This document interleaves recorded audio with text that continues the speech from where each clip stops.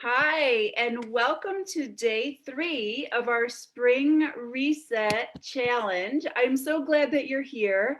And tonight we are going to talk about sleeping and how many steps you get in a day. And the interesting thing I think about those two things is that they're really more connected than we think by the brain. The more steps that you get during the day, obviously, the more active you are, but also the more active your brain is. And don't underestimate how important that aspect of good aging is.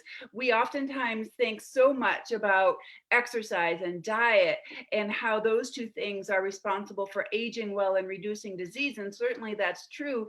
But more and more, we're learning that the brain obviously is an important aspect of aging, and we can control that more than we once thought by getting more steps in. And what that looks like for a lot of us is not necessarily getting on a treadmill and just mindlessly walking. It means that we are being more active. We're moving around our house and puttering or doing little chores around the house, or we are parking farther away in the parking lot when we go to the grocery store.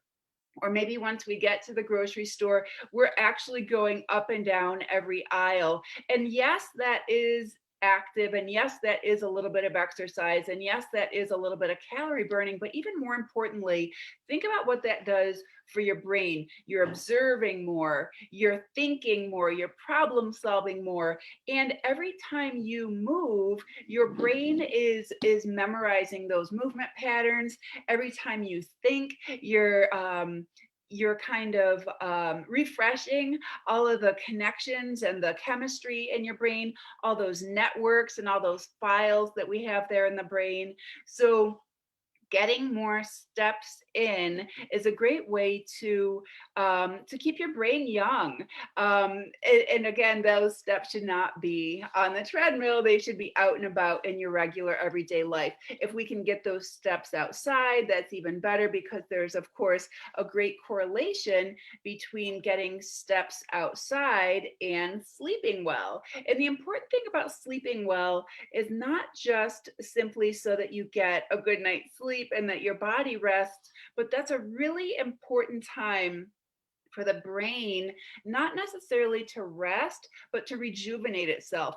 During sleep, that's when our brain is refiling all the thoughts of the day. It's also where your brain starts to secrete hormones, your growth hormone. It also manages your hunger hormone when you're asleep. It manages your insulin and your sugar response. It gets rid of inflammation. That's when all your cells and muscle tissues are repaired. So getting a good night's sleep is super important to aging well.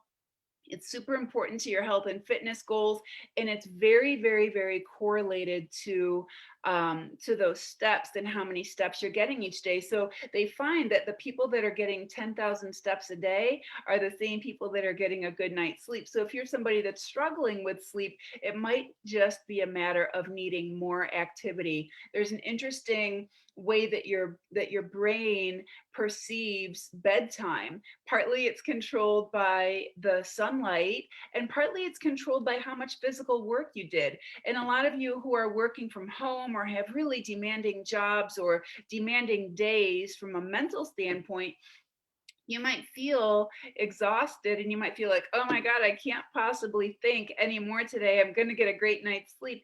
But your body doesn't perceive that you've done enough work to warrant a good night's sleep unless you have also been physically active. So yet another reason to be paying attention to that daily step count. I'm going to go ahead and share my screen here today because I wanted to show you a couple interesting what I think is interesting pieces of information about sleep particularly. So here is our reset measurement sheet again. And we talked about the waist to hip ratio and your body weight. And certainly those are important markers for aging well and fitness and a good way for you to gauge what your reset exactly needs to entail. Then we talked about walking a mile and what your heart rate is while you walk that mile. And certainly that's important for aging well and cardiovascular fitness, and a way to do some detective work about your back pain or foot pain or the reason that that 1 mile walk might be arduous. Today, when we talk about the average steps per day and the average sleep score, again, we're going to connect those to the brain health. And you may want to, if you don't already have one, pick yourself up a Fitbit. um, I resisted a Fitbit for a long time because I thought, I know how active I am. I can keep track of that. But this tells the truth. This, for me, has been a great little babysitter or coach to make sure that I'm actually getting my 10,000 steps a day, especially now that I'm working from home.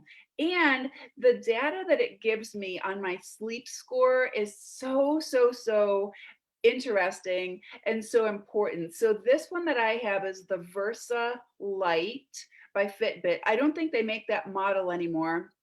The one that I just got from my mom is a Versa 3, and it's super user friendly. It's very wearable, and it connects all the data straight to your phone or your device. So that might be a nice thing for you to treat yourself to this spring, or anytime, just to have a little bit more idea about what your step count is and what your sleep score is. And those are two things that I think you're really going to want to track from month to month, because again, today's numbers are not necessarily what's important. It's next month's numbers and June's and July's and next year. And if the more information that we're gathering and the more checkups you're giving yourself, the fewer surprises you're going to have, and the more appropriately you can design a good exercise program. So the purpose of gathering all this information is so that you know exactly what goes in this training plan. Your training plan is your monthly, it's kind of your monthly recipe. We've talked about a lot of different ingredients in our time together in the Age Strong group. We have high intensity interval training, we have posture exercises, we have strength training, we have long slow forest baths. How do all of those ingredients fit into your monthly recipe?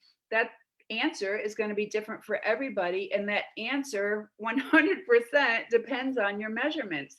I want you to be using a plan that works for where you want to go. And you aren't going to know where you want to go or where you've been if you're not measuring something. So all of this reset is really more like a reorganizing, kind of pulling away all of the fluff and all of the confusion and all of the shiny, flashy objects that were being sold in the health and fitness world, and really doing something that's meaningful and impactful so that we aren't wasting time or money with quick fix gimmicks. And I just get so excited about you guys taking charge in that way and being really honest with yourself by taking measurements that matter, that are very strong predictors of your ability to age well and prevent disease and to live a long, healthy, adventurous life. So that's kind of just a reiteration of the purpose of all of this. So again, today what I want you to start counting and get some numbers down are that daily step count. 10,000 is a great goal there. And then your sleep score. And that's going to be hard to gauge if you don't have a tracking device like a Fitbit. I know that the Apple Watch also tests that, and some Garmin's test that.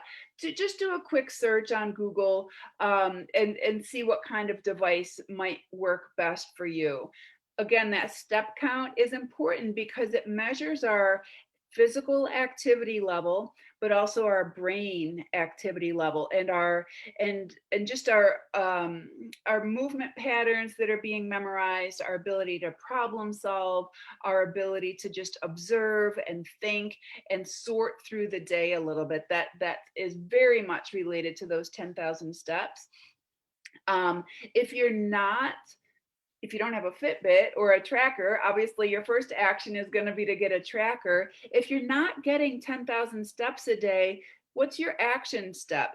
I mean, you could say, well, my action step is to get 10,000 steps a day, but back it up even more than that. Why aren't you getting 10,000 steps a day? Is it because you have a sedentary job? Is it because you have a sedentary lifestyle? Is it because you are nursing an injury? Is it because it still hurts to move? So backing up from there, what can you do at your sedentary job to get more steps in? I actually had to put my printer upstairs so that I got a few extra steps just going from my desk to my printer. Maybe if you have a sedentary lifestyle, you can do a little bit more of your own housekeeping. Instead of hiring somebody to do that kind of thing, do it yourself as much as you can. I washed and detailed my own car today and got a whole bunch of steps because every time I moved my hand with that rag, I got another step in. And that's not because I wanted to burn a lot of calories, and that's not because I wanted to sculpt my arms. It's because I wanted to let my brain take advantage of all those different movement patterns, memorize all those different movement patterns, and do some problem solving and just be active.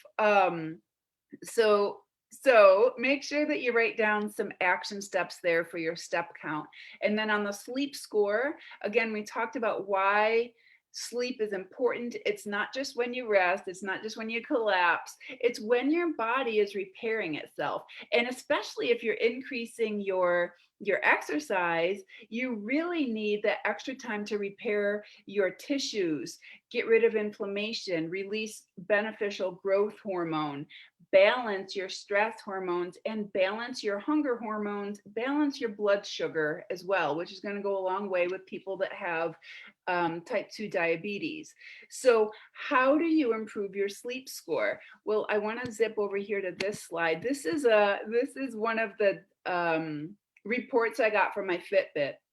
This is the kind of data that you'll get once you start using a sleep tracker. So as you can see up at the top, it shows that I went to bed at 9:01 and I woke up at 5:50. And then it shows the different stages that I was in while I slept. And they can tell that based on what my heart rate does and based on the movement of my arm while I'm sleeping. So I was every time I was slightly awake, I'm up here at the red, and then I dip down here to light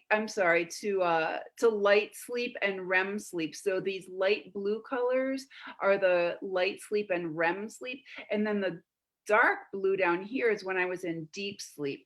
And so it shows then what a good healthy range is. So for women my age, most women my age are awake 12 to 24% of the night. That was pretty surprising to me. That particular night, I was awake 17% of the night. REM sleep for women my age is 15 to 25%. I was in REM sleep for 18%. And that's when you have that rapid eye movement and your brain is as active while you're in that phase as it was during the day. So it's a great time for your brain to kind of reorganize. And I like to think of it as the filing phase. So everything that happened during the day, all the tasks that you did, everything you're supposed to remember, all the people that you talked to, all the memories that you formed are being refiled into nice little folders and cabinets during that phase. So super beneficial. Light sleep, most women my age are there from 40 to 60% of the night. I was there for 52%. That's beneficial as well. We're in light sleep from a brain standpoint, but that's when our heart rate and our breathing rate are very low and our muscles are really relaxed. So that's a nice time for our muscles to just kind of take a break. And then this deep sleep, you guys, is really like super important. As we age, once you hit the age of 40, your percentage goes way down. In fact, I just turned 51. Prior to that, my deep sleep range was, I think, 12 to 16%. As soon as my birthday hit, I dropped down to my average now is 8 to 16%. Lucky for me, I was still at 13%, but during deep sleep, that's when all of your hormones are refreshed. So we're releasing growth hormone, we're balancing the stress hormones, and we're balancing the hunger hormones, and we're getting rid of inflammation. So having information like this, you guys, is super, super important so that you are helping your brain age well, but also helping your hormones to balance and help you out during all this exercise that you're going to be doing. So that's just a quick little glimpse of one of my Fitbit reports. I thought I'd share it with you guys. Interestingly, last week was my birthday, and I normally don't drink. I stopped drinking alcohol 4 years ago, but I did enjoy 2 glasses of wine for my birthday. And what happened on that night was I fell asleep really fast, but I was not in deep sleep at all. I did not hit deep sleep at all. So a lot of times we think, oh, I just need a drink to help me fall asleep. And yes, it might help you fall asleep, but you are missing out on that deep sleep. So I still slept for 8 hours, but if I didn't get into deep sleep, that meant that that night I didn't release any growth hormone. I didn't balance my hunger hormones. I didn't balance my cortisol hormone, so I stayed stressed physically the next day, which means I also stayed inflamed the next day. Think about what that means if I drink twice a week or 5 times a week. Think about what that lack of deep sleep is going to do cumulatively to my aging process and my ability to build muscle, my ability to have healthy joints, my ability to have a healthy brain.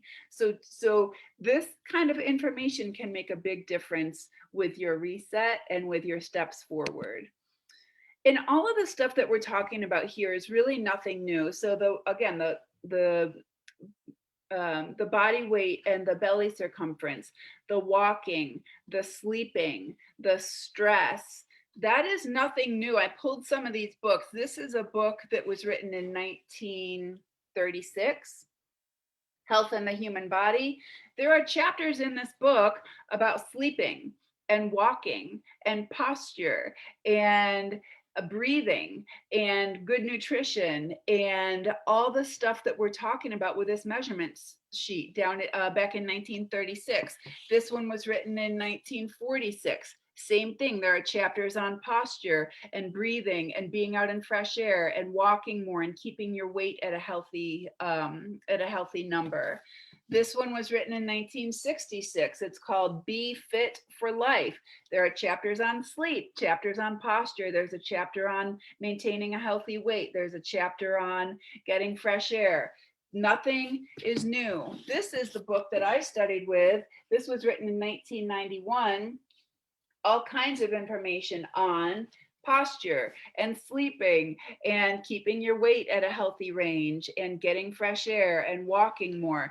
In this book, this is where I was introduced to Claudius Galen, who in the year 206, wrote several different papers based on his study of the gladiators. And what he wrote about was having good posture and getting fresh air and sleeping well and walking a lot and moving a lot and taking care of your body from the inside out so that you can do the heavy lifting and you can do the high intensity interval training and you can do the forest baths and you have all the tools necessary to really take care of your body. If you're not taking care of yourself at the cellular level, it's going to be really hard to take care of yourself at the vanity level or in the way that you really want to enjoy the next part of your life. So all of the stuff that we're talking about is not anything new. It certainly is not flashy or sexy or even sellable. Nobody wants common sense anymore. They want quick fixes, but not you. You are taking charge of what really matters, which are good habits and good awareness of where your body is going. I don't want you to just rely on your annual physical with your doctor to know where you are. I want you to know month to month to month where you are and what your future looks like. Here's your homework for the day. Measure your steps and your sleep for a couple days. Get a good average here, maybe for a couple weeks even. If you don't already have a tracker, think about buying one. It's going to give you a wealth of information, like I shared. Identify which action steps you need to take to get this taken care of and to get some good numbers there. Keep thinking about what your other three things are that you're going to measure.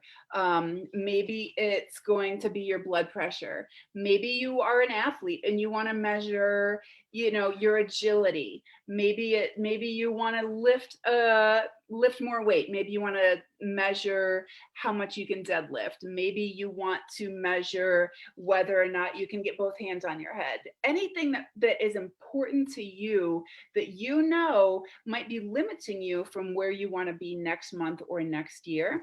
And then, of course, your last homework assignment is to share this video with a friend. I also would love it if you guys reached out to me for help.